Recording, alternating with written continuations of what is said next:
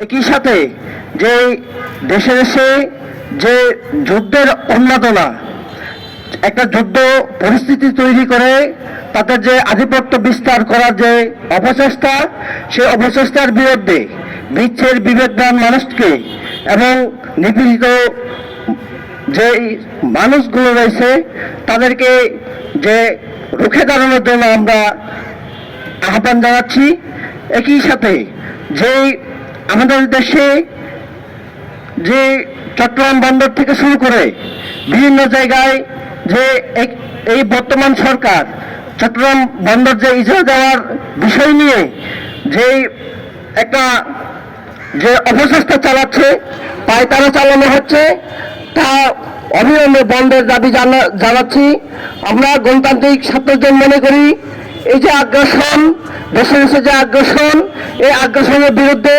বিচ্ছেদ প্রতিটি মানুষ, প্রতিটি বিবেকবান মানুষ আমাদেরকে কথা বলতে হবে, রুখে দাঁড়াতে হবে এবং এর বিরুদ্ধে সকলকে এবং কি আমরা যেই বাংলাদেশে দাঁড়িয়ে রয়েছি এই বাংলাদেশের মানুষকেও এই সব বিষয়ে এক ঐক্যবদ্ধ হয়ে লড়তে হবে এই আহ্বান জানিয়ে। এবং আমরা বেলুজলের যেই পরিস্থিতি সৃষ্টি হলো, জনগণ যে হাজার হাজার জনগণ এর বিরুদ্ধে মাঠে এসে সেই জনগণের প্রতি আমরা সংহতি জানাই। এই আহ্বান জানিয়ে আমি আমার বক্তব্য এখানে শেষ